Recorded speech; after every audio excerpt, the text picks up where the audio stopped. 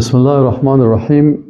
در بحث سوم در آیت 84 سوره النساء هستیم که در اینجا الله متعال احکام را بیان میکنه که بعد از اینکه ما شما برنامه های اهل کتاب و منافقا را خواندیم و دانستیم، آل نوبت از این میرسه که الله متعال احکام را بیان بکنه تا انسان هایی که از امراض، وقتی از امراض اهل کتاب خلاص شدی، از امراض منافقین خدا خلاص کردی، آل نوبت میرسه به ای که تحلیه شوی. یک دفعه تخلیه هست و یک دفعه تحلیه هست. تخلیه چی رو میگن؟ که انسان از افکار غلط، از برنامه های نادرست، از این خدا خلاص میکنه. سر خدا و فکر خدا و اعضای بدن خدا از برنامه های زشت، که دو چیز زشت اونجا در مدینه منوره بود دو وقت.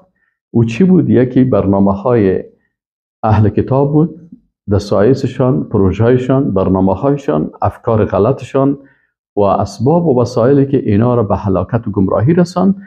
و در پالوی از اینا کسای دیگه بودن که به نام منافق، کافرایی بودن که ظاهرا ادعای ایمان میکردن ولی در داخل کافر بودن. الله متعال گفت شما از اندیشه های کافرا، شما از برنامه های کافرا، شما از طرز تفکر و اندیشه کافرا خود دور بسازید.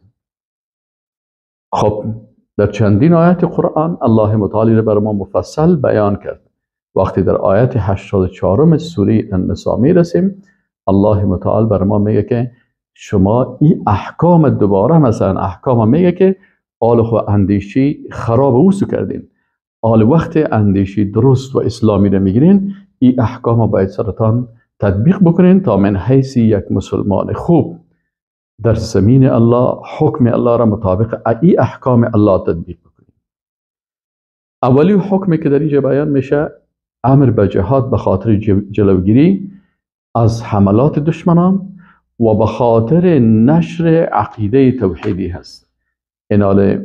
اینه در اینجا الله متعال بیان میکنه که شما چه قسم باید جهاد بکنین. فقاتل فی سبیل الله. الله متعال مستقیما به رسول الله صلی الله علیه و سلم میگه که بله تو دعوت کردی، رئیس دعوتگرا هستی، لکن تو پیغمبر رئیس المجاهدین هم باشی، قائد المجاهدین، رهبر و امیر مجاهدین هم باید باشی که مردم در رهبریت سیاسی وقتی که حکومت ساختی، آل رهبریت نظامی را هم به دوش داشته باشی.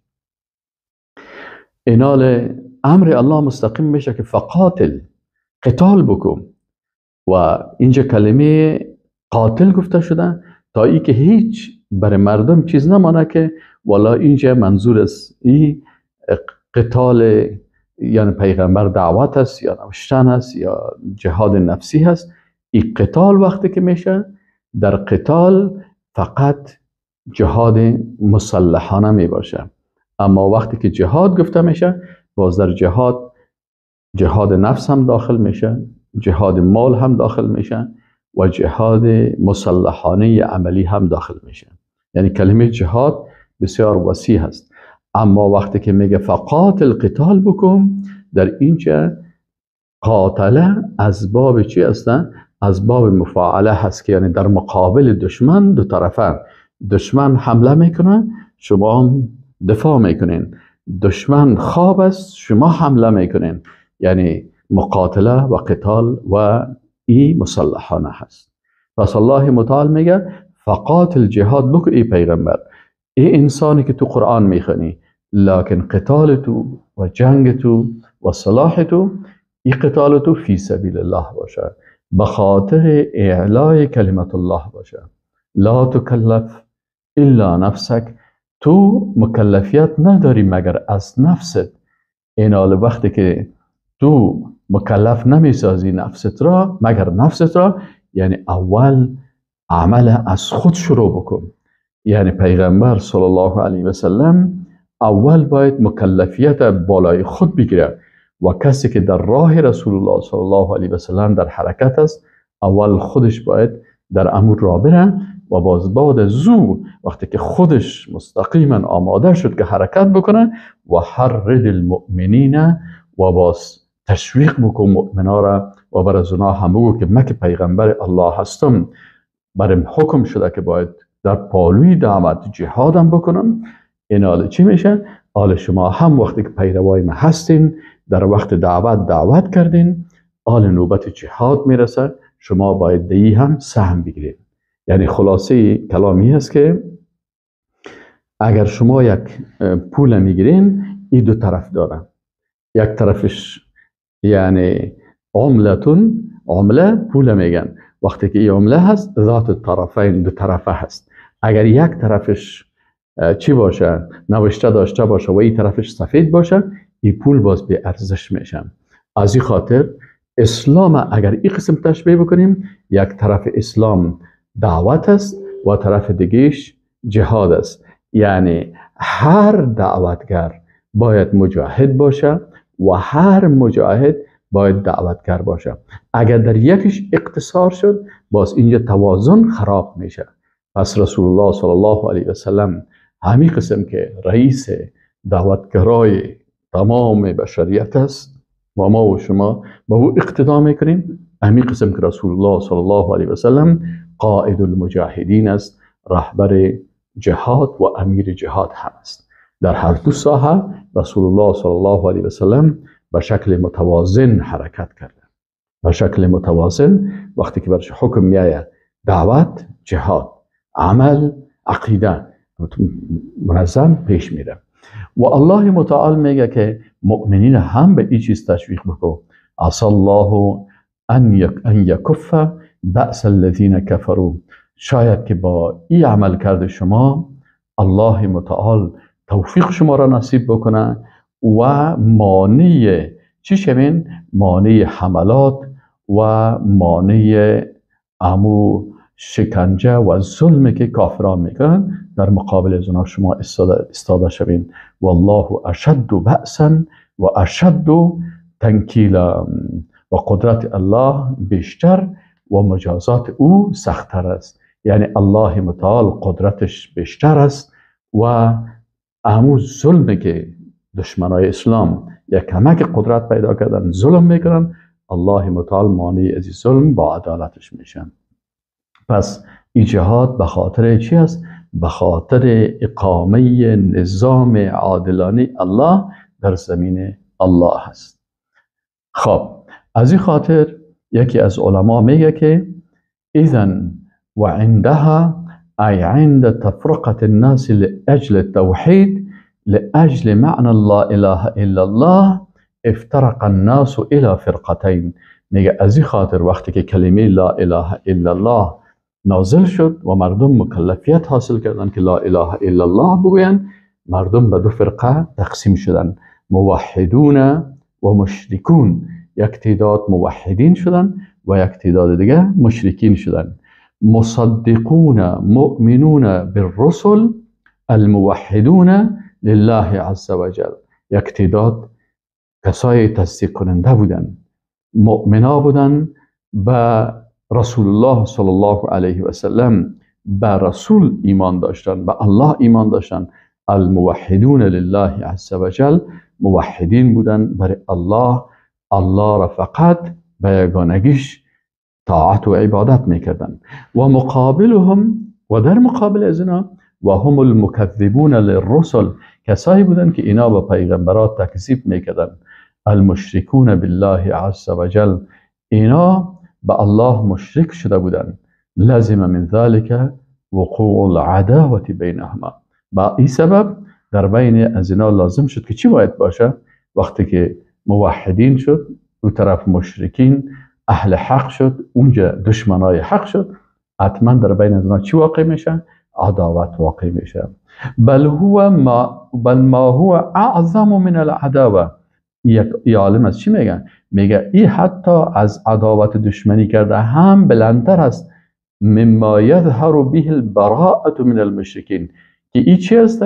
یعنی بیزاری از مشرکین است. یکی عداوت است که انسان در قلب می داشته باشه، یکی بیزاری از مشرکین است که این با زبان و با دست و با چشم و با عمل میشه و هو جهاد و اهل شرک و این جهاد اهل شرک است. ولذلك قال المصنف ولأجلها شرع الجهاد. میگه ولهذا شرع الجهاد، میگه به این خاطر چی شده؟ جهاد مشروعیت حاصل کرد و حکم الله شد. لأجل هذه التفرقة بين المؤمن والمسلم شرع الجهاد.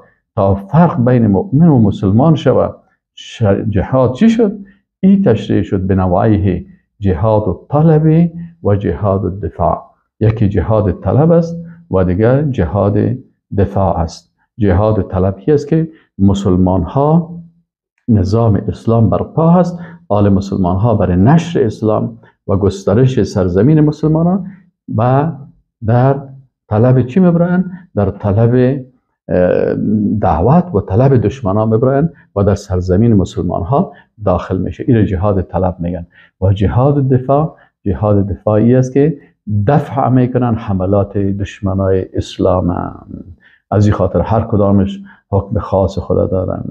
از این خاطر علما میگن که اقسام جهاد فی سبیل الله که است، یکی جهاد فی سبیل الله را میگن، این دو قسم است. جهادی که فی سبیل الله میشه جهاد قتالی، این دو قسم است. کدام قسم است؟ یکیش جهاد چی است؟ قسم اول جهاد دفع است. جهاد دفع کدام یکی است؟ و هو ان یغزو الکفار بلاد المسلمین. این جهادی هست که وقتی می جنگن کافران میان حمله میکنن بالای سرزمین مسلمان ها.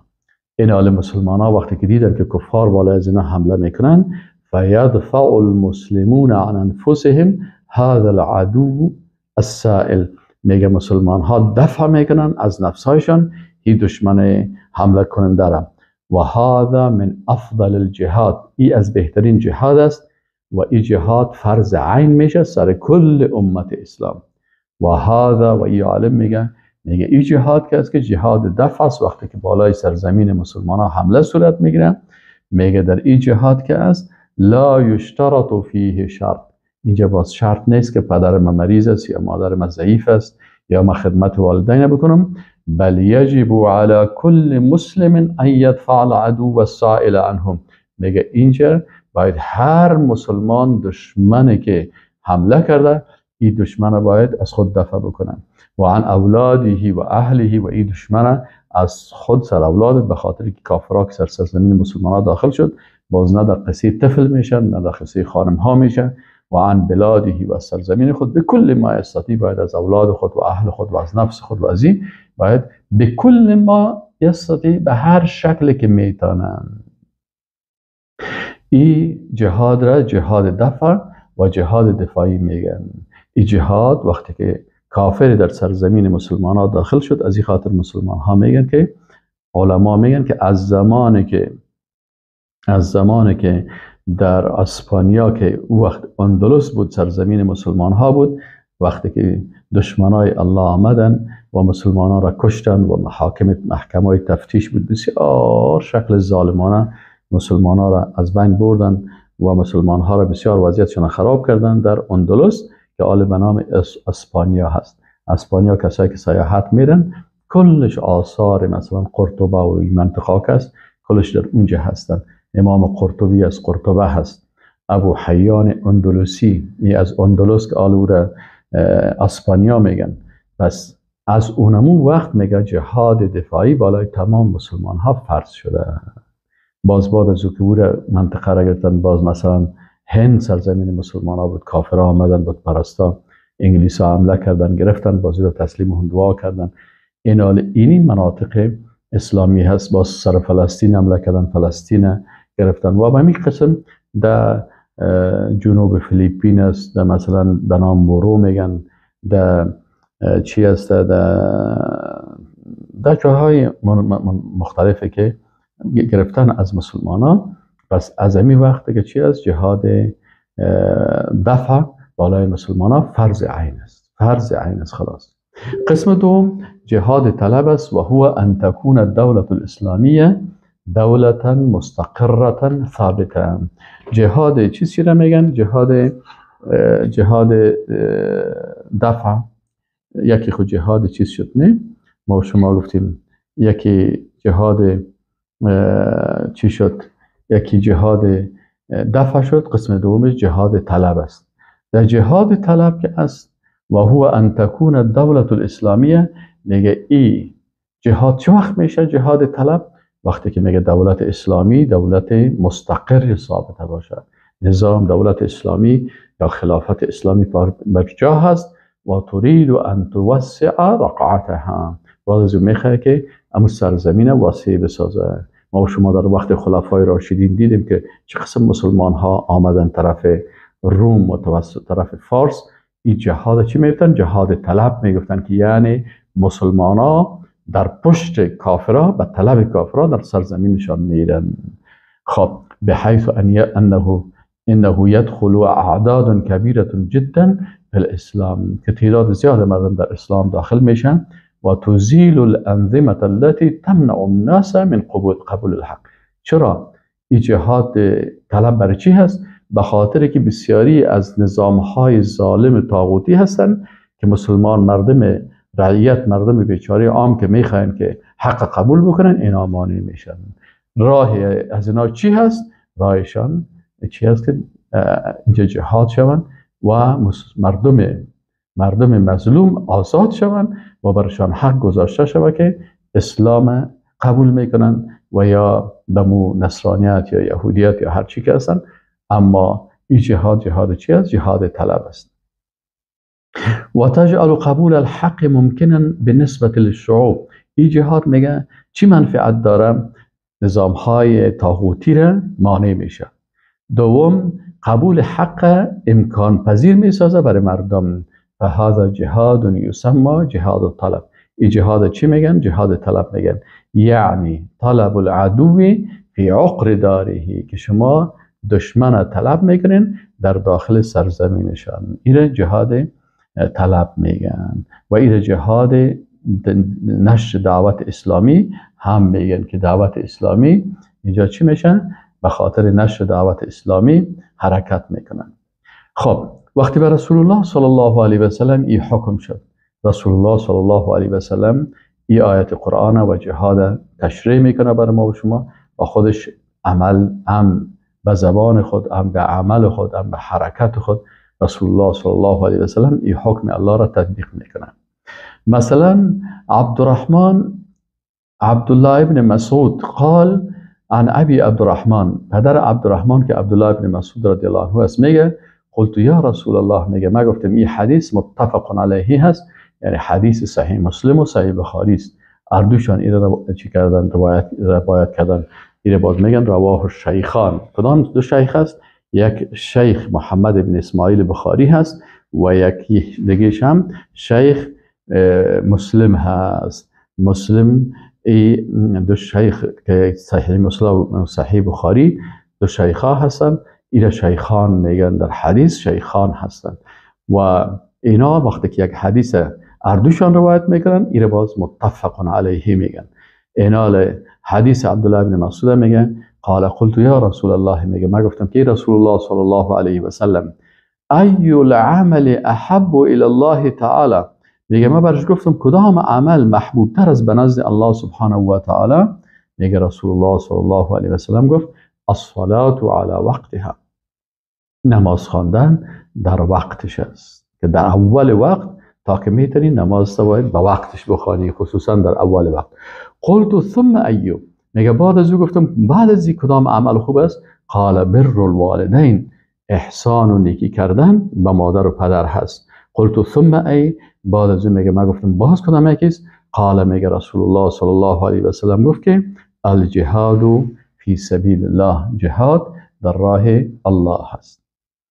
در حدیث دیگی که ابو هریره رضی الله تعالی عنه روایت میکنه، در اینجا هم ابو هریره رضی الله تعالی عنه میگه که قال قیل یا رسول الله، میگه گفته شد که ای رسول الله صلی الله علیه و سلم ما یعدل الجهاد فی سبیل الله، کدام عمل است که مساوی جهاد فی سبیل الله باشه که ما او عمل هم بکنیم؟ یعنی چون رسول الله صلی الله علیه و سلم برای جهاد بسیار تشویق میکردن و به این خاطر صحابه علاقمند از این میشدن که آیا عملی هست که مساوی با جهاد باشه؟ ما یعدل الجهاد فی سبیل الله، چه چیز مساوی با جهاد فی سبیل الله هست؟ قال لا تستطيعونه، شما هیچ عمل انجام دادن نمیتونید.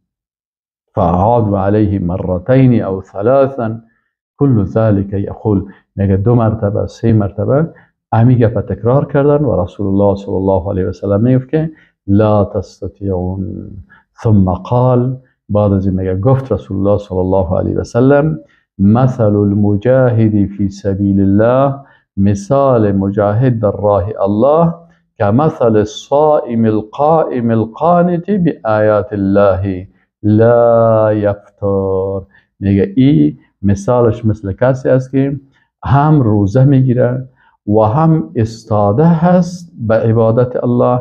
القانت بآیات الله لا یفتر، اما بسیار تسلیم به آیات الله هست، هیچ ازی دوری نمیکنه. من صلاة ولا صيام حتى يرجع المجاهد في سبيل الله، یعنی به این معنی که یک کسی مثلا اگر مجاهد رفت مثلا در یک جای برای جهاد و تو به جهاد نرفتی، تو روزه داشته باشی، روز روزدار هستی و شب در عبادت هستی و هیچ وقت از این عبادت الله یک لحظه هم دور نمی باشی، لا یفتر من صلاة ولا صیام، نه از نماز دور میشی و نه از روزه. آیا میتونین این کار حتی یرجع المجاهد فی سبیل الله؟ جهاد خوینی ثوابش است. و فی روایت البخاری، در روایت بخاری میگن رجلا قال، میگه یک شخص یک صحابی گفت که رسول الله صلی الله علیه و سلم دلنی علی عمل یعدل الجهاد، میگه مرا راهنمایی بکو به یک عملی که این چی باشه، این مساوی باشه با جهاد. قال لا اجده، میگه رسول الله صلی الله علیه و سلم گفت که ما اوت عمل رو نمیفهم که مساوی با جهاد باشه. هیچ عمل نیست، هیچ عمل نیست، نه نماز و نه روزه و نه حج و نه زکات. ثم قال، میگه بعد از رسول الله صلی الله علیه و سلم گفت هل تستطيع، آیا تو میتونی اذا خرج المجاهد، وقتی که مجاهد برای جهاد برآمد، ان تدخل مسجدک، تو در مسجد داخل شوی، فتقوم، امیجا نماز خوانده بری، ولا تفطر، هیچ استاد نشی، و تصوم، و روزه بگیری، ولا تفطر، و هیچ افطار نکنی. میتونی که تو دوامدار روزه و نماز بخوانی، هیچ از نماز ترک نکنی و هیچ روزه. فقال و من یستطیع ذلک، گفت کی میتونه این قسم بکنم؟ گفت هیچ کسی رو نمیتونه. پس به این معنا هست که ثواب مجاهد اینم قدر است مثل که این 24 ساعت در روزه و در نماز و در عبادت الله هست. اینقدر این اجرش رسول الله صلی الله علیه و سلم بیان کرده است. و در حدیث دیگه همین قسم ببینید رسول الله صلی الله علیه و سلم برای ما شما یک آیت تشریح میکنم. رسول الله صلی الله علیه و سلم میگه من رضی بالله ربا، هر کسی که راضی شد به ای که الله ربش باشه و بالاسلام دینا، و به ای راضی شد که اسلام دینش باشه، و به محمد رسولا، و ای که رسول الله صلی الله علیه و سلم رسول و پیغمبرش باشه، وجبت له الجنه، بالای از جنت واجب میشه. فعجب له ابو سعید، میگه ابو سعید بسیار خوشش آمد. فقال اعددها علی یا رسول الله، ای رسول الله صلی الله علیه و سلم همین سخن بر ما باز تکرار بکن.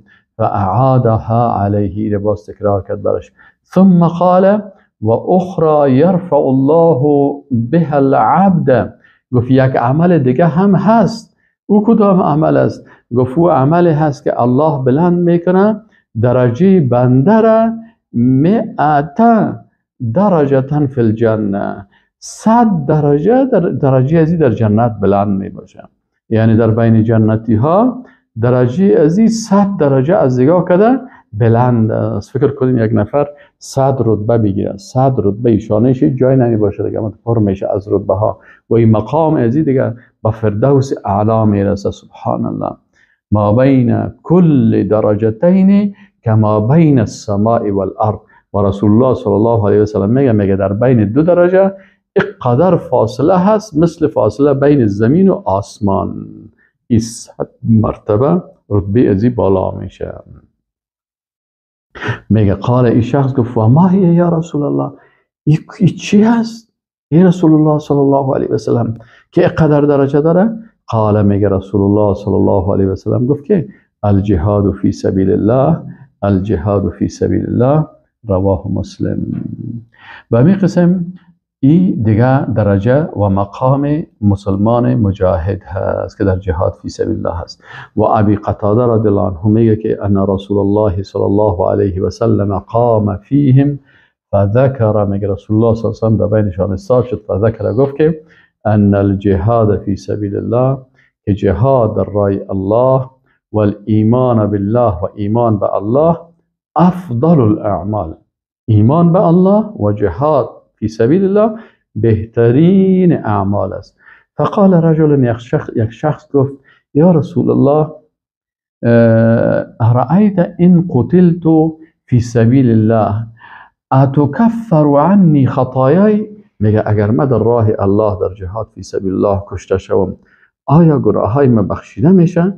فقال له رسول الله صلی الله علیه و سلم، میگه رسول الله صلی الله علیه و سلم برش گفت که نعم، این قتلت، بله، اگر کشته شوی فی سبیل الله در راه الله و انت صابر، و مصیبت هایی که در جهاد بر تو میرسه صبر بکنیم، محتسب مقبل غیر مدبر، محتسب هستی یعنی احتساب اجرش از الله میخوایی، مقبل پیش میری و غیر مدبر به عقب بر نمیگردی. ثم قال رسول الله صلی الله علیه و سلم کیف قلت؟ قال ارأیت ان قتلت فی سبیل الله اتکفر عنی خطایای. میگه من رسول الله صلی الله علیه و شما چی سوال کردین؟ میگه گفتم که اگر من در راه الله در جهاد فی سبیل الله کشته شوم آیا گناههای ما که از پیش ما سر زده، این خطاهای ما این بخشیده میشه؟ میگه فقال رسول الله صلی الله علیه و سلم نعم و انت صابر محتسب مقبل غیر مدبر. میگه بله، گناههای تو کلش بخشیده میشه وقتی که تو صبر کننده باشی، محتسب اجر زیر از الله بخوایی، مقبل به پیش میری، غیر مدبر پشت دور نمیتی. الا دین، متوجه باشی تو مجاهد که اگر قرضدار باشی، دیندار کس باشی، با این دین قرض تو بخشیده نمیشه. فان جبریل علیه السلام قال لی ذلك، میگه جبریل امین سخنه برای ما گفت.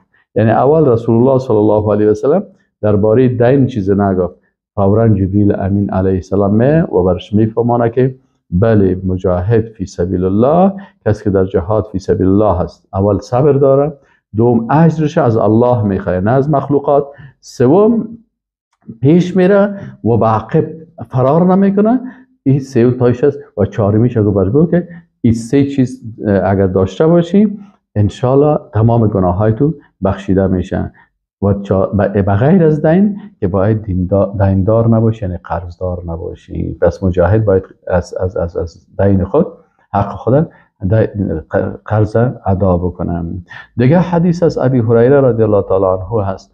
ابی هریره رضی الله تعالی عنه قال گفت جاء رجل الى رسول الله صلی الله علیه و سلم، یک شخص آمد پیش رسول الله صلی الله علیه و سلم فقال گفت دلنی علی عمل یعدل الجهاد، میگه برای من یک عمل رو بگو که مساوی با جهاد باشه.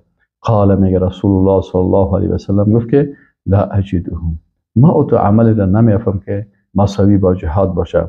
قال، برش گفت که هل تستطیع، آیا میتونی اذا خرج المجاهد ان تدخل مسجدک، که داخل مسجد شوی وقتی که مجاهد حرکت کرد، فتقوم بازمت استاد شوی ولا تفطر و هیچ چی نشی، وقتی که استاد شوی اینجا و به نماز، اما تو بدون از اینکه مثلا تو از این نماز توقف بیتی نماز و تصوم و روزه بگیری و هیچ افطار نکنی، یعنی در نماز احساس خستگی نکنی اما تو دوامدار نماز بخوانی و دوامدار روزه بگیری، آیا این کار کرده میتونی؟ قال و من یستطیع ذلک، این شخص گفت که کی میتونه که این کار بکنه؟ اینال رسول الله صلی الله علیه و سلم قائد مجاهدین یعنی رهبر جهاد بود. از این رهبریت نظامی از او به شکل تدریجی از مرحله ضعف که در مکه بود برای تربیه چی شد؟ اینال امی قسم ادامه پیدا کرد. اینال جهاد رسول الله صلی الله علیه و سلم چند مرحله بود؟ 4 مرحله بود. مرحله اول تربیه کادرهای مؤمن موحده که اینا به خاطر دین الله مال خود و زندگی خود قربان میکنن. مرحله دوم چی بود؟ مرحله دوم دفاع از عقیده توحید که دشمنای الله سر از اینا حمله میکردن و اینا میخواستن از حق خود دفاع میکردن.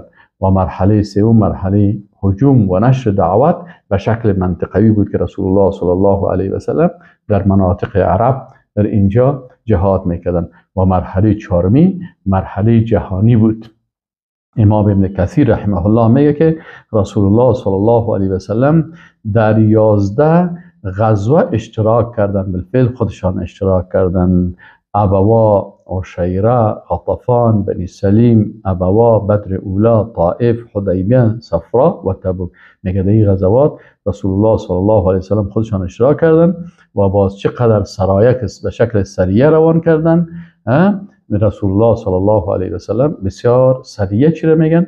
سریه او جهاد است که در وقت رسول الله صلی الله علیه و سلم شده و خود رسول الله صلی الله علیه و سلم اشتراک نکرد. اگر رسول الله صلی الله علیه و سلم اشتراک کرده بازور غزوه میگن. پس فرق بین غزوه و سریه می هست که در غزوه شخص رسول الله صلی الله علیه و سلم بر خود جهاد کرده و در سریه رسول الله صلی الله علیه و سلم امیر جهاد تعیین کرده و اونا رفتن به جهاد، اونا را روان کرده. خب و رسول الله صلی الله علیه و سلم پیش از رحلتش یک لشکر به قیادت اسامه بن زید رضی الله عنه، یک صحابی جوان است، این تعیین کرد که تو امیر جهاد هستی تا به سرزمین روم برن و فتوحات اسلامی را در اونجا آغاز کنن. و این وصیت رسول الله صلی الله علیه و سلم چی شد؟ تمام ازیره رسول الله صلی الله علیه و سلم چی کردن؟ ابوبکر صدیق باز امیر ادامه داد تکمیلش کرد و این غزوه روم در وقت ابوبکر صدیق تکمیل شد. ایناله. خب این قولای اقوالی بود که از رسول الله صلی الله علیه و سلم بود. شاید کسی از شما پرسان بکنه که مثلا چی هسته؟ بعضی از علما تنشته کردن میگن که بعثه ها و سریه های رسول الله صلی الله علیه و سلم به 38 بعثه و سریه می رسید که آخرین بعثش بعثه یا سریه اسامه بن زید به شام بود. خب حالا میگیم که علمای اسلام درباره جهاد چی گفتن؟ مشکلی است که حال فعلا در بسیاری از کشورهایی که نظامهای طاغوتی هست، حتی در مدارس، در مکاتب، در پوهنتونا احادیث کاملا منع میکنن که ای باید تدریس نشن، به خاطر از اینکه جوانا باز نخ میترسن که اگر انسان جوان مجاهد شد و جهاد کرد باز از این تمام طاغوت ها میترسن. اینال احمد ابن حنبل رحمه الله چی میگن؟ میگه لا نعلم شیئا من ابواب البر افضل من السبیل. میگه ما هیچ چیزی را در بابهای نیکی از جهاد فی سبیل الله نمیافیم. نماز، روزه، حج، زکات، کل ازیا مساوی با جهاد نمیتونه شده. وقال الفضل بن زیاد، فضل بن زیاد چی میگه؟ میگه سمعت ابا عبدالله و ذکر له امر العدو. میگه ابا عبدالله احمد بن حنبل میگه برای درباره دشمن گفته شد فجعل یبکی. میگه امی احمد بن حنبل شروع کرد به گریه کردن و یقول و میگفت ما من اعمال البر افضل منه، هیچ عمل نیک از جهاد کرده فضیلت بیشتر ندارم. و قال عنه غیرهم، همین قسم میگه کسی دیگه هم از احمد بن حنبل روایت میکنه که گفته هست لیس یعدل لقاء العدو شیء، هیچ چیزی به اندازه ملاقات با دشمن که امرای صلاح در مقابل از قرار میگیریم، هیچ چیزی با این جهاد که مساوی شده نمیتونه. و مباشرت القتال بنفسه افضل الاعمال، میگه کسی که خودش با نفس خود جهاد میکنه بهترین اعمال است. والذین یقاتلون العدو، کسایی که با دشمن با کفار جهاد میکنن هم الذین یدفعون عن الاسلام، یا کسی هستن که دفاع میکنن از اسلام و عن حریمهم، از سرزمین مسلمانان. فأی عمل افضل منه، کدام عمل از این که بهتر است؟ بسیاری احمد بن حنبل رحمه الله. و شیخ الاسلام ابن تیمیه رحمه الله چی میگه؟ این اخبار فی کتابه، این در کتاب خود خبر داده که ان الصدق فی الایمان لا یکون الا بالجهاد فی سبیله. اگر یک کس بگوید که ما در ایمانم بسیار صادق هستم، یعنی در کلمه لا اله الا الله یکی از شروط لا اله الا الله چی هست؟ صدق است. این حال شیخ الاسلام ابن تیمیه رحمه الله میگه که در ایمان وقتی که تو میخوای صدقت نشان بدی، این امکان نداره مگر با جهاد فی سبیل الله. اگر کسی دیدی که در راه الله جهاد میکنه واقعا، این واقعا در ایمانش صادق هستن. میگه الله متعال میگه که خب قالت الاعراب، میگه اعراب گفتن آمنا، ما ایمان آوردیم. قل بگو برشان که لم تؤمنو، شما ایمان نآوردین. ولکن قولوا اسلمنا، شما بگوین که ما تسلیم شدیم. تابعی قولش که الله متعال میگه انما المؤمنون، مؤمنای واقعی. سکو اینجا انما المؤمنون، یقینا که مؤمنای الذین، کسایی که آمنو ایمان آوردن. یعنی مؤمنای واقعی کی هستن؟ کسایی که ایمان آوردن بالله، به الله، و رسوله و به رسولش، ثم لم یرتابوا. سکو مؤمنای حقیقی اینی 4 صفت دارن. چند صفت دارن؟ 4 صفت دارن. صفت اولش ایمان به الله هست، و دومش ایمان به رسول الله صلی الله علیه و سلم است. سومی صفت لم یرتابوا، که یقین دارن و شک ندارن. ریب شک میگن، یعنی در ایمانشان شک نیست. این سوم صفت مؤمنین حقیقی است. و چهارمی صفتش ای که جهاد با اموال انفس خود میکنن فی سبیل الله. الله متعال میگه امی 4 صفت که داره، اولئک هم الصادقون، اینیا صادقه هستن. صادقه که به الله صادق هستن، اینیا هستن.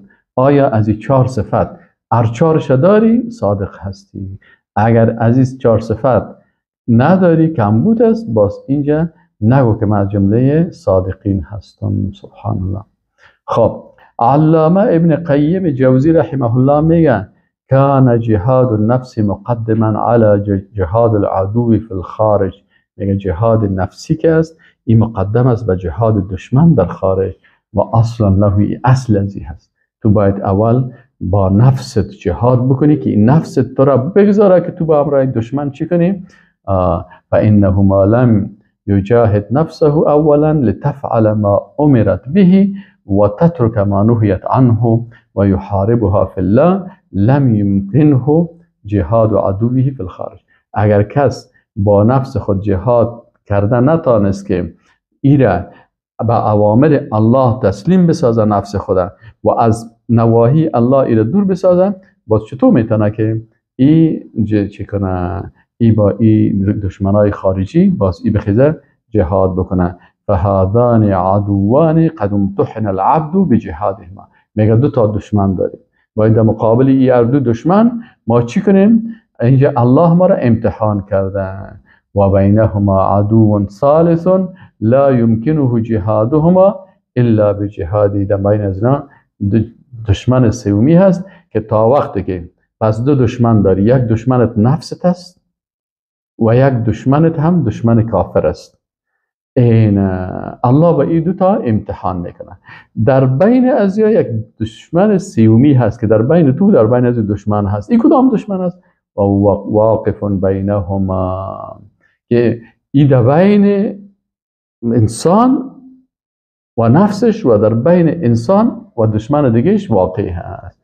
یعنی در وسط این واقع هست. و چی میکنم؟ لا یمکنه جهادهما الا بجهاده، که تا وقت نمیتونی با نفست و با دشمنت جهاد بکنی تا که با این دشمن چی کنی؟ و هو شیطان. این شیطان است که این شیطان نمیمانید که با نفست جهاد بکنی و نمیمانید که با دشمن چی؟ نمیمانید که با او دشمن دیگه جهاد بکنی. خب علامه عز ابن عبدالسلام یکی از علمای بزرگ اسلام هست. این چی میگه؟ میگه اذا كانت مشقة الغبار عاصمة من عذاب النار فما الظن بمن بذل ماله وغرر بنفسه في قتال الكفار. این چه خوب یک گپ میزنه عز ابن عبدالسلام. میگه وقتی که غبار امی میدان جهاد که غبار است ایدل وجود تو افتاده، امی غبار در جسم تو شیشته باشه، یعنی وقتی که مجاهدین سر اسبا میرفتن و سر اسبا سوار میباشن و زمین مثلا نموتو که حرکت میکنه غبار از زمین میبرداره، وقتی که 50 100 200 مجاهد حرکت میکنه غبار و این خاک امی غبار ازی امی خاک ازی امی چه میشه گرد ازی در روی انسان و در بدن انسان امی خاک میشینه. میگه این انسان از عذاب دوزخ نگاه میکنه، امی خاک کشیشت امی بدن تو را چی نمیسوده؟ آتش دوزخ نمیسوده. فما الظن، پس میگه هیچ چی عقیده دارن که به من بذل ماله، کسی که مال خود و غرر بنفسه و نفس خود در انداخته فی قتال الکفار، هیچ قد ثواب در خود جهاد.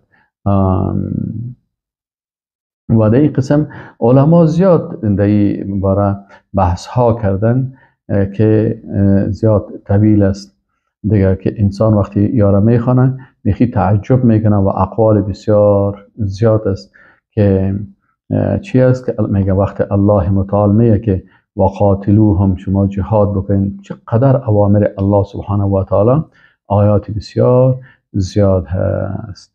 و یکی از علما میگه در امر امروزی بعضی مردم جهاد فقط جهاد دفاعی میگن و از جهاد هجومی و تعرضی انکار میکنن. این جنگ فکری هست. اول جهاد هجومی و تعرضی را انکار میکنن، نه فقط جهاد برای دفاع است، ما دیگه جنگ نمیکنیم.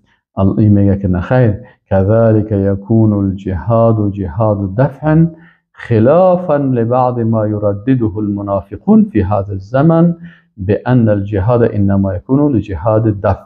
میگه جهاد دفع هم است و جهاد چی است؟ و كذلك يكون الجهاد جهاد دفع، یعنی چی است؟ میگه همین قسم جهاد دفع هست به مخالف آن چیزی که منافقین امت در این زمان یا چی میکنن در زبانهای خود گفته میره که بأن الجهاد انما لجهاد دفع، این جهاد فقط برای چی است؟ برای دفاع هست فحسب، وليس في الاسلام ما هو جهاد طلب. میگه در اسلام جهاد طلب باز ادعا میکنن که نیست. فهذا نوع نفاق، میگه یک نوع منافقت است، لا يصدر الا عن اهل النفاق، میگه این صادر نمیشه مگر از منافقین، اهل نفاقی گپ میزنن. از این خاطر باید بفهمین که جهاد چی است؟ ام طلبی هست و ام دفاعی هست.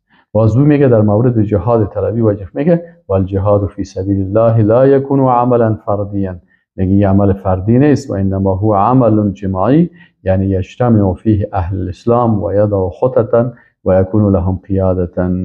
میگه باز اینجا رهبریت میداشته باشن، پلان میگذارن و یبدؤون القتال الا فی حالت الجهاد الذي یکون فیه دفع، یعنی جهاد، فرق بین جهاد دفع و جهاد طلب چی است؟ در جهاد طلب رهبریت هست، پلان هست، نقشه هست، مجموعه مسلمان ها گروپ ها جور میشن، اینا جهاد چی میکنن؟ طلب میکنن و میرن حرکت میکنن.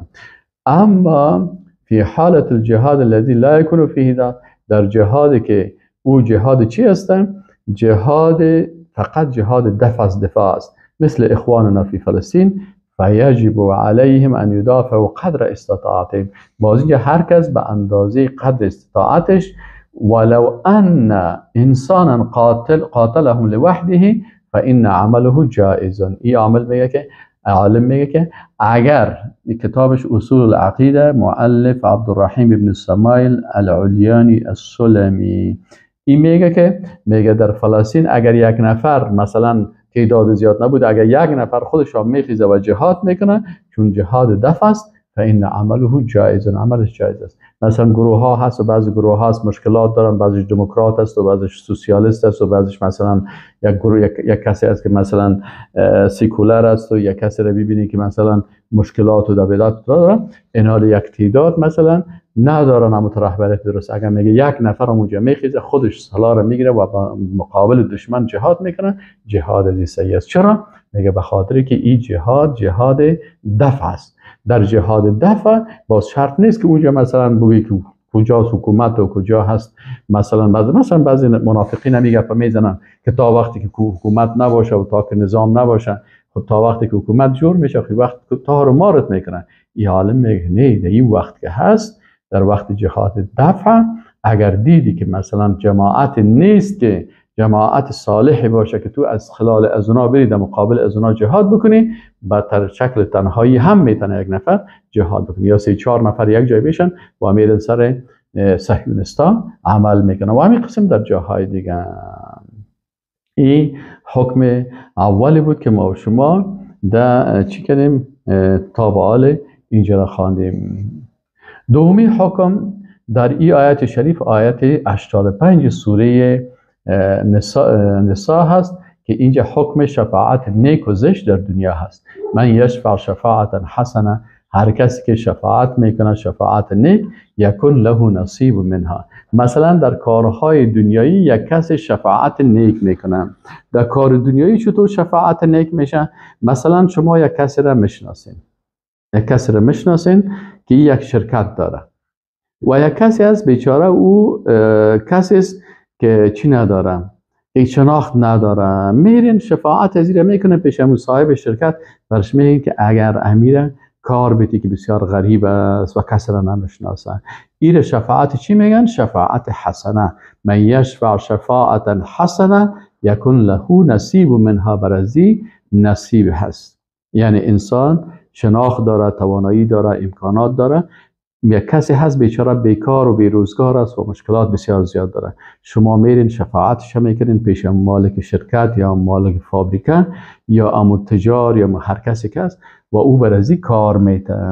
و من یشفع شفاعتا سیئتا، و اگر کسی شفاعت منفی میکنه. شفاعت منفی چی است؟ مثلا بعضی کسا هست میبره مثلا برای اردویی که مرتد است، ای باز اسکرایش میبره بر از او اسکر کس را میبره که بگه امین بچه مرم یا بگه فلان بچه کاکای مرم امیرم اگر شما پیشتان همینجا اسکر بگیرین. این شفاعت سیئه هست. یا یک کس را میبره در فابریکی شراب فروشی، بر از او میگه که امیر در کار بگیرین. این شفاعت چی است؟ سیئه است. یکون له کفل منها، در روز قیامت امی کسی که امین نفر شفاعتش کرده و در او تو وظیفه بیدینی ایر داخل کرده، پس او گناهگار رو حتی در کفر داخل است و این شخص هم اگر در ارتداد باشه این هم کتش دمی جرمش شریک میشه. این بسیار خطرناک است. از این خاطر انسان وقتی شفاعت میکنه شفاعت حسنه بکنه، یک کسی رو در یک جای وظیفه بده که اون جای حرام نباشه. مثلا بعضی کسا یک کسی رو میبره در کلپ زنا، در هتل زنا، در این جایا اینو میبره مقرر میکنه. کی مقرر کرد؟ والا فلانی شخص مرا برد در اینجا مقرر کرد. در شراب فروشی، در بانک سعودی، در لشکرهای طاغوتی یا بسیار خطرناک است، ولی متاسفانه بسیاری کسا این کارا رو میکنن. سومی حکم که است حکم جواب سلام است. یا دیگه این احکام بسیار ما گفتیم در این سوره آل دیگه زیاد آمده میرم. اول حکم جهاد بود، دوم حکم شفاعت دنیایی بود. شفاعت چی بود؟ در دنیا. و سوم حکم جواب سلام است. الله متعال میگه و اذا حییتم بتحیه، وقتی یک کسی بر شما سلام میده فحیوا باحسن منها، شما برای از اونا از این کده بهترتر. یعنی اگر یک کسی بر شما سلام داد، سوره چی است؟ سوره نساء آیت 86. خب این حال در اینجا الله متعال میگه که اگر شما یک کسی بر شما سلام داد، وقتی که یک کسی بر شما سلام داد شما چی کنین؟ میگه از او کده بهترتر این سلام از این چی کنین؟ رد بکنین. رد سلامش باید از او کده بهترتر باشه. اگر او گفت السلام علیکم، شما میگین و علیکم السلام و رحمت الله و برکاته. و علیکم السلام و رحمت الله و برکاته. و اذا حییتم بتحیه فحیوا باحسن منها. وقتی که شما حییتم تحیه گفتین به یک تحیت، یعنی به سلام کسی بر شما داد، فحیوا پس شما جواب از او سلام بتین، به احسن منها از او کده خوبتر، او ردوها یا حداقل رد خوب کنین. اتدانتان گنگه وارد چوب نشینی که مثلا یک سلام میته بسیاری جای ببینی که کلگی چوب است. ان الله کان علی کل شیء حسیبا. الله در هر چیز محاسبه میکنه، حتی در جواب سلام هم محاسبه میکنه که کس برات سلام داد باید بگویی که و علیکم السلام و رحمت الله و برکاته. چهارمی حکم ایمان به تخصیص عبادت به الله و ایمان به قیامت است. در اینجا الله متعال میگه الله لا اله الا هو. الله کدام ذات است؟ ذاتی است که لا اله نیست هیچ موجود مستحق عبادت و مستحق اطاعت، توحید عبادت و توحید اطاعت، مستحق عبادت توحید عبادت، مستحق اطاعت توحید تشریع. میگه هیچ کسی مستحق توحید عبادت و تشریع نیست الا هو بغیر از الله. لا یجمعنکم الى یوم القیامة لا ریب فیها. میگه شما را حتما جمع میکنیم در روز قیامت، بر روز قیامت که لا ریب فیه، که در این روز هیچ شک نیست. و من اصدق من الله حدیثا. کی از الله که در سخن راست گوتر است؟ یعنی وقتی که الله میگه قیامت است پس سخن الله راست است. پنجم حکم پارچه بودن در مقابل، یک پارچه بودن در مقابل منافقان. الله متعال میگه وقتی شما مسلمان هستین باید چی شدن؟ باید در مورد منافقا توته نشین. منافقی که مثلا میفهمین منافقت میکنه به ضرر مسلمان ها، به ضرر نظام اسلام، به ضرر مجاهدین، به ضرر نظام تشریعی اسلام، به ضرر نظام خلافت اسلامی. این منافق چی میکنه؟ تبلیغات میکنه.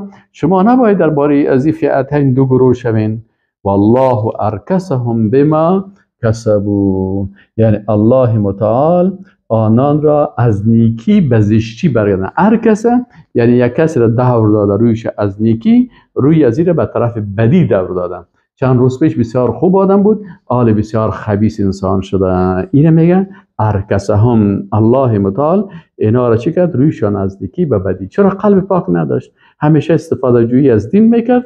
حال الله متعال اینا اتو در کفر مبتلا کردن که حال منافق کفریات هم میگه. تمام تبلیغاتش که ببینی از صبح تا به شام کشیشته ضد مسلمان، ضد مجاهد، ضد خلافت اسلامی، ضد نظام اسلامی، ضد کسی که دعوت به طرف نظام اسلام و شریعت الله میکنه، ضد ازیا هست. و در مقابلش هست از دموکراسی تعریف کردن، از سیکولرها تعریف کردن و سیکولرها را و بیدینا را و کافرها را و مرتدا را و مشرکا را و اینمی قسم روافض از اینا را باز دفاع میکنه و از اینا چی میکنه. الله متعال میگه در این قسمت دو پارچه نشین که بگن والا یک تعداد چطور کنیم در قسمت ازی، برو خیر است لیازشون بکنیم. اتریدون ان تهدوا من اضل الله. شما میخواین کسی را که الله گمراه کرده شما او را هدایت بکنین؟ این کسی را که الله و ما یضلل الله، و هر کسی را که الله گمراه کرده باشه فلن تجد له سبیلا، برای راه پیدا نمیکنین. درباره منافق دیگه دو دله نشو، بفهم که منافق است و با امرای منافق براءت و دشمنی برش اعلان بکن. ودو میگی منافقین چی آرزو میکنن؟ چرا تبلیغات میکنن؟ چرا قضاوت میکشه؟ چرا اینقدر چیخ زده میره و چرا اینقدر برنامه و پلان جور میکنن؟ چرا جنگ فکری میکنن؟ الله متعال میگه ودو لو تکفرون. اینا آرزو دارن، امید دارن که لو تکفرون کما کفروا، شما هم مثل از اینا کافر شوین. شما هم بخیزین ضد جهاد گپ بزنین، شما هم بخیزین ضد مجاهدین گپ بزنین، شما هم بخیزین از سیکولرها دفاع بکنین، شما هم بخیزین مثل از اینا در ارتداد داخل شوین، در کفر داخل شوین. فتکونون سواء. باز کل شما چی باشین؟ مساوی می باشین. اینه یا میخواد که شما را مثل خود مساوی بسازن. این هدف منافقین است. سبحان الله. این قرآن عظیم شان اما تو بر انسان درس میده. فکر میکنی که امیل دستی درباره ما در امیل روزی که من زندگی میکنم دمی آل نازل شده. سبحان الله. این کلام الله قدر کلام با عظمت است. ودو الله میگه متوجه باشین که اینا آرزو میکنن که لو تکفرون، اگر شما کافر شوین کما کفروا، مثل که خودشان کافر شدن. اینا خب میفهمه که ما با مخالفت با مؤمنین، مخالفت با جهاد، مخالفت با مجاهدین، بدگویی مجاهدین، بدگویی نظام اسلام و ممانعت در مقابل اقامه نظام خلافت اسلامی در زمین الله، وقتی که در مقابل از این قرار گرفتیم ما کافر شدیم. میخوای شما را هم کافر بسازه که یک در پالی ما بشی، امرای ما یک جای شو، امرای ما یک جای کار بکن و در پالی ما بشی، در صف ما باشه، چی بکن. الله متعال میگه که فلا تتخذوا منهم اولیاء، از این منافقات دوست نگیرین، حتی یهاجروا فی سبیل الله، تا که یا خودشان حرکت کنن، هجرت بکنن در راه الله. و این تولوا، اگر بازی روی گشتاندن، توبه کردن، مراجعه کردن، فخذوهم، باز میتونین اینا را دوستتان بگیرین. ببینین دوستی و دشمنی در اسلام که است معلوم دار است. ولا و برا در اسلام معلوم دار است. ولا با دوستای الله دوست میباشی، با دشمن الله دشمن هستی. اگر امی دشمن سرسخت الله توبه میکنه و پس رجوع میکنه، و دشمن سرسخت تو بود به خاطر ازی که تو این دشمن الله بود، پس وقتی که رجوع میکنه الله میگه پس به دوستی بگیرش. فان تولوا، و اگر رو گشتاندن، فخذوهم، پس فان تولوا، اگر اینا رو گشتاندن از چی؟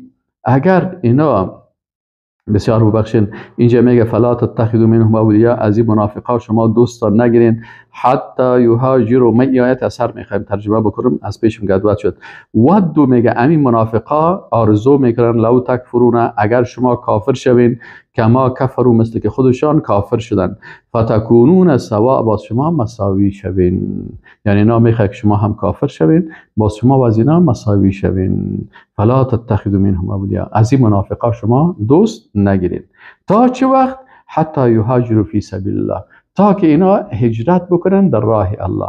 اگر نکردن، اگر کردن خلاص مشکلش ختم است، مسلمانیش و دیانت خودم معلوم کرد. اگر نکرد باز هم ادامه داره به می منافقت خود.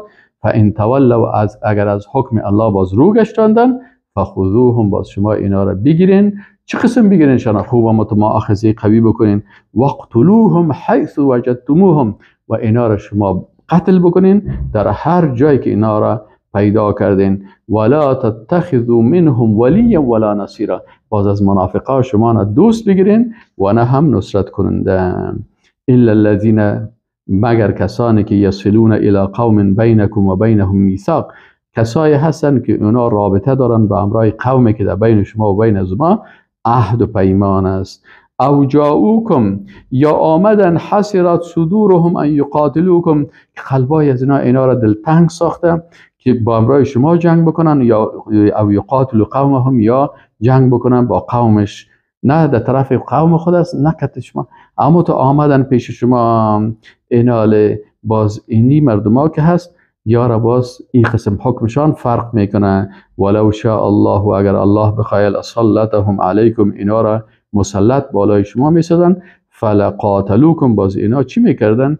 اینا باز امرای شما میجنگیدن. فإن اعتزلوکم، اگر اینا دوری کردن از شما، فلم یقاتلوکم، بر شما باز اینا امرای شما جنگ نمی کردن.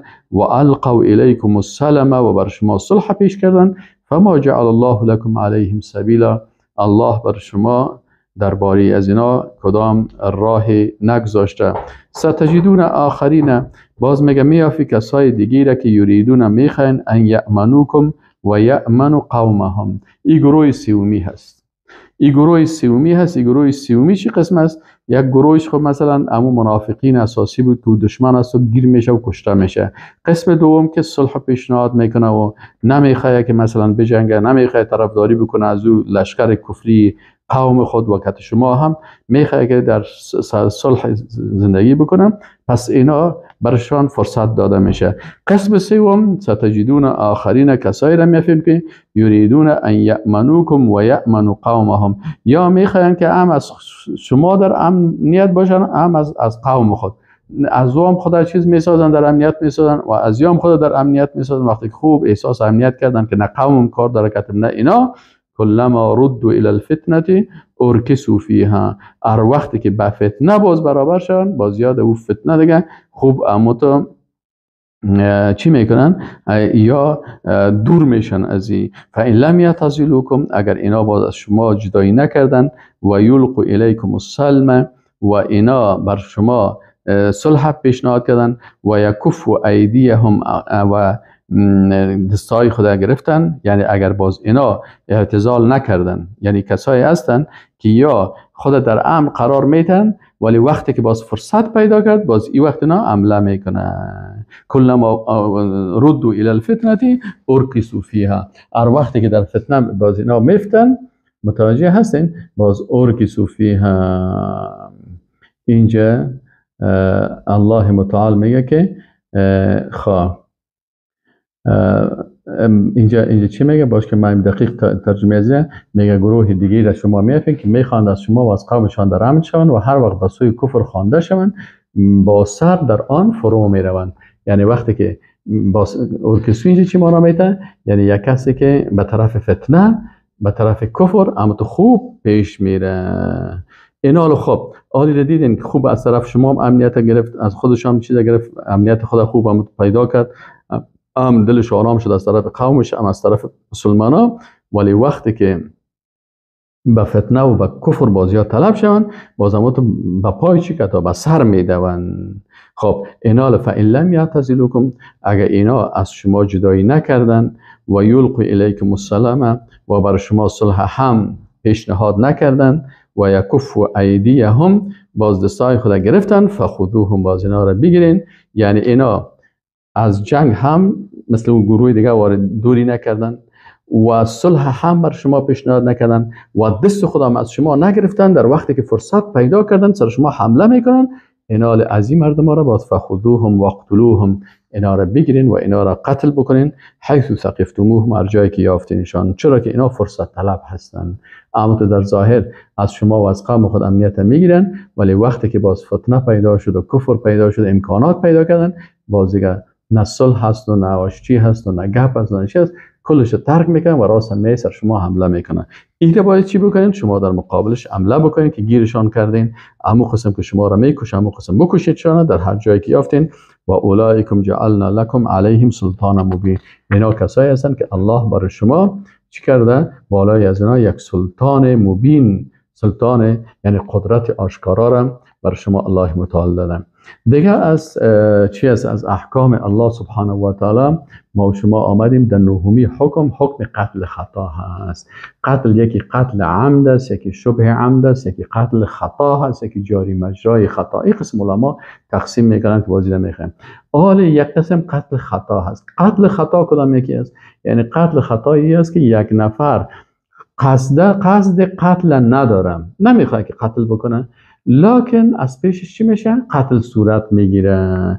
الله متعال میگه و ما کان للمؤمن ان یقتل مؤمنا الا خطأ. میگه شایسته نیست برای یک مؤمن که قتل بکنه یک مؤمن دیگر را الا خطأ، مگر در صورتی که خطا باشه، از پیشش خطا میشه. مثلا یک نفر در سر بام خو است، خطا میخورش در جریان خو، یک دفعه می نفر سر به پایان که وام در برنده خود خو است، در سر شکم از اینکه مفته این بیچاره را جای به جای میکنه. یا مثلا موتر میزنه، موتر روان است، یک نفر خیز میپرته، این رکت موتر میزنه. و بسیار مثال های از خطا هست. اینا الله متعال میگه و ما کان للمؤمن، بر یک مؤمن شایسته نیست ان یقتل مؤمنا، که یک مؤمن ایماندار موحد بکشه، الا در یک حالتی که خطا از پیشش خطا شود، از پیشش اشتباه شود. خب و من قتل مؤمنا خطأ، اگر یک نفر یک مؤمن به خطا بکشه، و تحریر رقبه المؤمنه، باید ایچی کنم؟ دو کاره بکنه. تحریر رقبه المؤمنه، یک غلام آزاد بکنه. و دیت مسلمه الی اهله، و دیت بده به اقارب مقتول. دیت تقریبا 100 شتر است. 100 شتر تمامش انسان که اتوی احتیاطی بکنه. الا ان یصدقوا، مگر ای که امو اقارب مقتول صدقه بکنن، عفو بکنن، بگن ای برو ما نمیگیریم. فان کان من قوم عدو لکم، اگر امی شخص مؤمن بود لکن در قوم دشمن بود، و هو مؤمن، در حالی که خودش مؤمن است. شما او را کشتین، یک کسی از پیشتان کشته شد خطأ، او مؤمن است لکن در قوم دشمن است. و تحریر رقبه مؤمنه، بازی تنها یک غلام آزاد میکنی اما پیسه نمیدی به اقاربش. چرا؟ اقاربش خوناخ کسایی هستن که در دار حرب کافرایی هستن که از پیسه تو استفاده کرده به ضد مؤمن استفاده میکنن. و ان کان من قوم بینکم و بینهم میثاق، اگر باز از قومی بودن که در بین شما و بین از اینا میثاق بود، یعنی یک شخص مؤمن را کشتین که در بین شما و در بین قوم از عهد و پیمان بود، فدیه مسلمه الی اهله، باز این هم دیت داره که تسلیم میکنید به اقاربش. و تحریر رقبه مؤمنه، و آزاد کردن یک غلام. فمن لم یجد، اگر کسی همی غلام نیافت باز چطور کنن؟ میگه فصیام شهرین متتابعین، باز کسی که نیافت 2 ماه چی میگیره؟ متتابع، پی در پی روزه میگیره. توبه من الله، این توبه از جانب الله هست. و کان الله علیما حکیما، الله بسیار عالم، بسیار با علم و حکیم با حکمت است. خب دومین حکمی که در اینجا هست حکم قتل عمد است. قتل عمد کدامی که قتل میگه؟ یعنی که یک نفر قصداً میخیزه با خوب اختیار خود یک انسان بیگناه را میکشه. مؤمنه، نه کافر مرتد که در جبهه جهاد در اینجا مثلا میکشه، او دیگه علیحده حکم داره. مسلمان مؤمنه که عقیده توحیدی داره و در شرک و در کفر و در گپا داخل نشده، در صف کافرها قرار نداره، یک مسلمان بی‌غرض و عاجز هست و هیچ ناقضی از نواقض ایمان در وجود ازی نیست. اینال یک کس میخیزه اما تو یک انسان مؤمن موحد میکشه. و من یقتل مؤمنا، اگر کس میکشه یک مؤمن را، موحد را که متعمدا قصدا، فجزاه، الله متعال میگه جزای چی است؟ جهنم است. خالدن، یک جزا داره؟ نه، میگه خالدن فیها، دوامدار در دوزخ میمانه. و غضب الله علیه، و الله بالای ازی غضبناک است. این 3 جزا. جزای جهنم است، جهنم هم به شکل دوامدار است، و غضب الله است، و لعنه و لعنت الله سرزی است. این چند تا شد؟ جزاه جهنم، خالدن فیها، و غضب الله علیه، الله سرش غضبناک شده، و لعنه و الله را لعنت کرده، و اعد له عذابا عظیما، 5 و برای عذاب بزرگ است. منتها اینجا خالدن فیها را ایره علما میگن که چون این شخص مسلمان کشته، اگر خودش مسلمان و موحد است، اینال با این قتل خود در دوزخ هم وقتی که میره، لکن ابدی نیست. یکی خالد است، یکی ابد است. خالد یعنی دوامدار با این باشه، زیاد وقت می باشه، اما ابدی باز بیخی دیگه که هیچ از دوزخ نمیبره. او به کافرها زیاد گفته شدن، اینجا کلمه ابدا استعمال نشد. از این خاطر علما در اینجا استنباط میکنن چون مسلمان است، مسلمان که هست اگر در دوزخ هم بره بازم دوزخش ابدی نیست. چرا؟ این مؤمن هست. دوزخ ابدی برای کافر بیدین مرتد و مشرک و اینیا هست. 11ام حکم ای است که در شریعت اسلامی حکم به اساس ظاهر است. الله متعال میگه یا ایها الذین آمنوا، ای مؤمنان، اذا ضربتم فی سبیل الله، وقتی که خرجتم شما برآمدین به سفر فی سبیل الله، در جهاد فی سبیل الله، فتبینوا، خوب تحقیق بکنین در مورد مردم. ولا تقولوا لمن القى الیکم السلام لست مؤمنا، وقتی که یک کسی در مقابل شما میور شما میگه السلام علیکم، عاجل نگوین که تو مسلمان نیستی. تبغون عرض الحیات الدنیا، شما امید میکنین زندگی دنیا را. فعند الله مغانم کثیره، به نزد الله بسیار غنیمت های زیاد است. کذالک کنتم من قبل، میگه شما هم قبلا امی قسم بودین. فمن الله علیکم، پس الله بالای شما منت گذاشت، شما را ایمان داد، هدایت کرد. فتبینوا، بسیار در این مسائل تحقیق کنین تا نشه که یک مظلوم بیچاره را شما ناقی ایره مثلا بکشین یا از بین ببرین. فتبینوا، خوب تحقیق بکنین. ان الله کان بما تعملون خبیرا، الله از آنچه که شما عمل میکنین با خبر است. یعنی الله تمام اعمال شما را با خبر است از اعمال شما. خب امام مسلم در صحیح مسلم چی میگه درباره امی مسئله؟ مثلا امام مسلم آیا حکم به ظاهر میشه یا حکم به باطن میشه؟ اینجا در این آیت شریف دلیل است به چی؟ به این که در اسلام حکم به اسلام کسی و حکم به کفر کسی به اساس ظاهر است. ما از قلب کس خبر نداریم. وقتی که از ظاهر یک نفر یک کار کفری را میکنه یا سخن کفری را میگه یا استهزا میکنه یا توهین به مقدسات میکنه، این کارا را میکنه، حکم به ظاهرش میشه. و اگر یک نفر کافر است و بیدین است و می کلمه میخونه و لا اله الا الله محمد رسول الله میگه، ما قلب زیر پاره کرده نمیتونیم برش بگوییم که این چه قسم است. چرا؟ در اسلام که از حکم هم اسلام و هم حکم کفر به اساس ظاهر میشه. امام مسلم در صحیح بخاری یک باب آوردن به نام باب الحکم بالظاهر و لحن باللهجه. میگه که باب درباره چی است؟ درباره حکم است که در اسلام حکم به ظاهر میشه. و لحن باللهجه یگانه که در زبان بسیار تیز هستند. و لحن بالحجه یعنی یک کسی در حجت خود بسیار چی است؟ زباندار هست. باز امام مسلم یک حدیث روایت میکنه، میگه عن ام سلمه، میگه ام المؤمنین مادر ما و شما ام سلمه رضی الله عنها میگه قال رسول الله صلی الله علیه و سلم انکم تختصمون الی. ای صحابه فکرتان باشه شما پیش من میایین به دادخواهی، در بینتان دعوا میکنین. تختصمون الی یعنی شما دعوا میکنین و به خاطر حل این دعوا پیش من میایین. ولعل بعضکم ان یکون الحن بحجته من بعد. شاید یکی از شما در سخن گفتنش بسیار خوب باشه، خوب لحن داره، خوب قوه گفتار داره نسبت به او جانب مقابلش. اینال رسول الله صلی الله علیه و سلم چی میگه؟ میگه این زبان بسیار خوب تیز داره، خوب قوی هست و او جانب مقابلش بیشارت زبان نداره. دلیل میگه و ای که دلیل میگه این دیگه هم دلیلش بسیار قوی است، مثل وکیلای مدافعی وارد. فاقضی له على نحو مما اسمع منه. میگه باز من قضاوت میکنم به اون شکلی که میگه من میشنوم. آل رسول الله صلی الله علیه و سلم قاضی است و دو نفر پیش از این میاین و موضوع را پیشش مطرح میکنن. یکیش بسیار زبان تیز و زبان قوی داره و دلایل قوی داره و این جانب مقابلش کس و بیچاره نداره همین زبان. این نفر که زبان قوی داره، این رسول الله صلی الله علیه و سلم میگه که ما قضاوت میکنم علی نحو مما اسمع منه، به شکلی که من از این شنیدم. خب من شنیدم که دلایل خودم گفت. آل رسول الله صلی الله علیه و سلم میگه من قضاوت کردم به می شکلی که شنیدم. بنای این نفر که زبان تیز داره این دلایل قوی گفت. من خیستم بر ازی گفتم که برادر امی زمین حق ازوی میشه به خاطر ازی که دلایلی که گفت دلایلش قناعت مرا حاصل کرد و ما به اساس ظاهر قضاوت میکردم.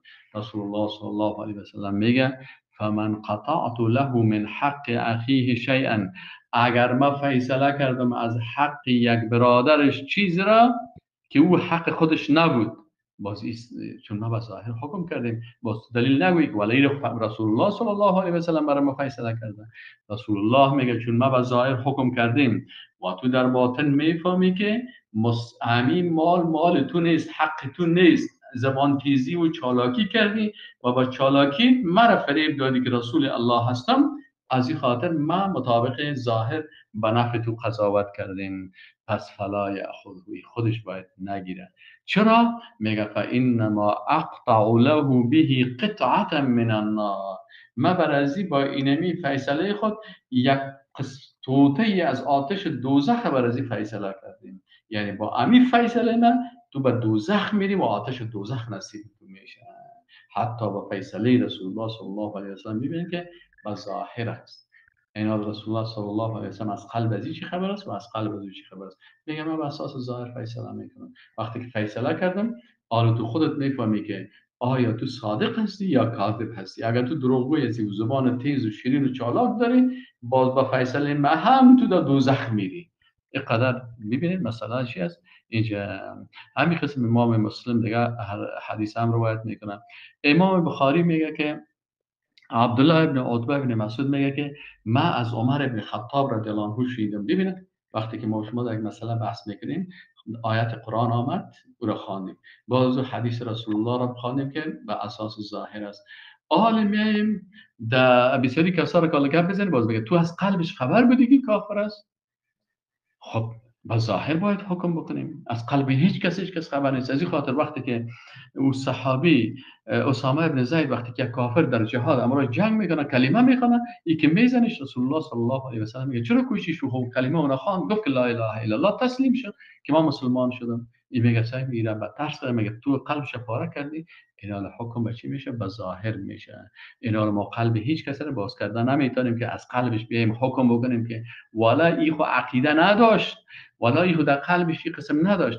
عمل ظاهری از این وقتی که دلالت میکنه به کفر، بناهن قاضی در باب مرتد در کتابای فقهی و اساس اونمو عمل ظاهریش فلان نفر مثلا جور است، صحتمند است، جور است، صحتمند است، دیوانه نیست، حسابش خراب نیست، این پیش قاضی میاره چی کرده؟ قرآن شریف زیر پای خود کرده. چرا قرآن شریف زیر پای انداختی؟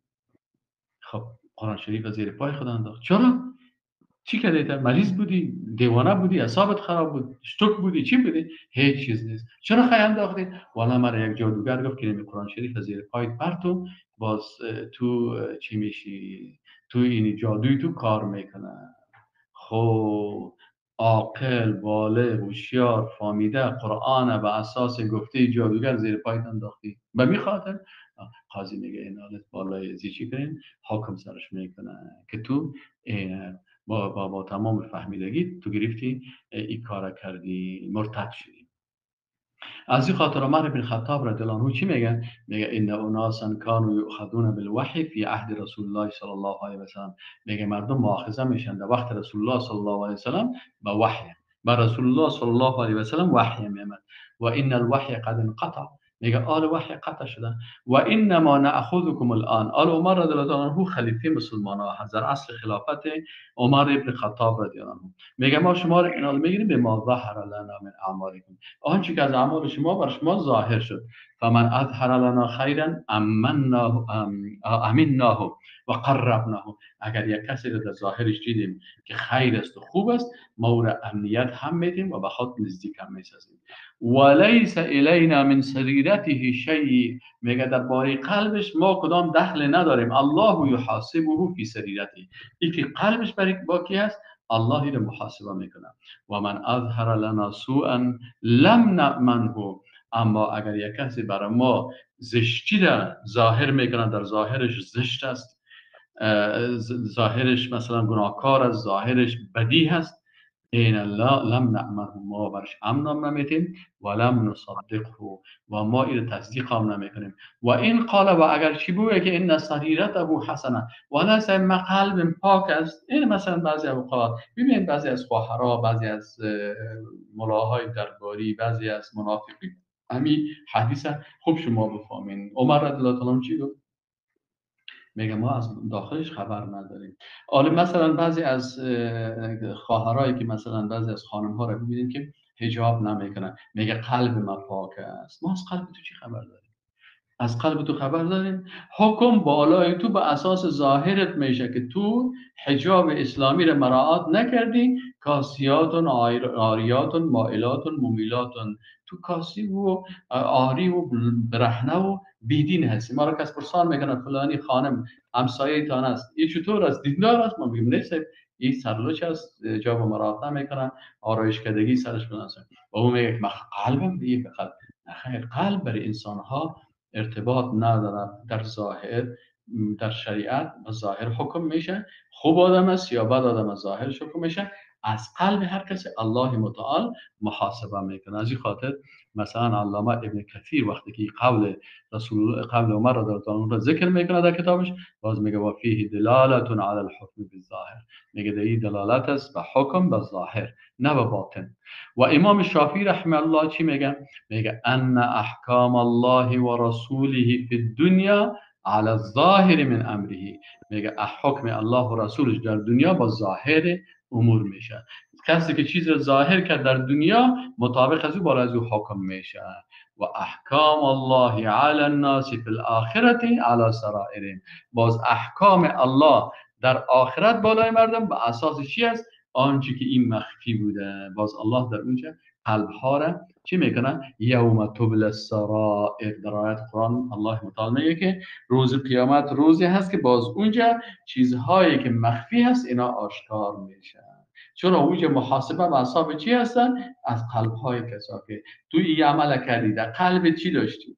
آیا به خاطر رضایت الله بود؟ آیا به خاطر نفست بود؟ به خاطر شهرت بود؟ به خاطر پیسه بود؟ به خاطر چی بود؟ این الله متعال از قلب با خبر است و او باز میگه که این عمل از کلش چلی کشی. از این خاطر بسیار علما رو میارن پیش الله. الله متعال میگه یا چی کردن؟ ما بسیار علم داشتیم، بسیار دعوت کردیم، الله یعوذ بالله، الله حفظ بکنه، میگه ببرش به طرف دوزخ. تو خب به خاطر از علم گرفتی که تو مثلا منفعت دنیایی و تو به خاطر از که شهرت پیدا بکنی. مجاهد میارن که مثلا چی کردی؟ میگه این ما در راه الله جهاد کردم و شهید شدم. الله متعال میگه ببرش به طرف دوزخ. چرا؟ میگه تو در قلبت الله از قلبش با خبر است. ظاهر بر مردم میگفتی که من مجاهد هستم این شهید شدم. در قلب تو چی بود؟ در قلب تو بود که پیش مردم مثلا شهرت پیدا بکنی، پیش مردم تو رو ببینن که بسیار غیرتی هست. این بسیار این سرایر که امام شافعی میگه مسائل صدیق است. لأن الله لا يطلع على السرائر غیره. میگه به خاطر از امام شافعی صاحب میگه الله اسرار داخلی رو برای کس اطلاع نمیده. این حاله ملائکه هم کس اعمال ما شما رو به حساب ظاهر نوشته میکنه. امروز چند رکعت نماز خوان، چقدر روزه گرفت، چقدر عبادت کرد، در کجا جهاد کرد، در کجا حرکت کرد، چقدر درس خوان، چقدر یاد گرفت قرآن، ملائکه میری نوشته میکنه. این حال اینمی نوشته های ملائکه را هم الله متعال در روز قیامت سرائر ما را میکشه که آیا امی عمل ما به خاطر رضایت الله بود یا به خاطر رضایت الله نبود. از این خاطر انسان وقتی نیت خود جور میکنه یه چی هستن، وقتی که جور میکنه در چی هستن، در باید قلب خودش با الله جور بکنه. و امام نسایی هم در کتاب سنن نسایی یک چیز داره که الحکم بالظاهر عنوان داره، چون علمای حدیث هم که هستن اینا موضوعات فقهی را عنوان میده، یعنی حکم در شریعت چی هستن به حساب ظاهر است. و امو حدیث ام سلمه را که قبلا ما شما خواندیم امو حدیث نقل میکنه. و السلام علیکم و رحمت الله و برکاته.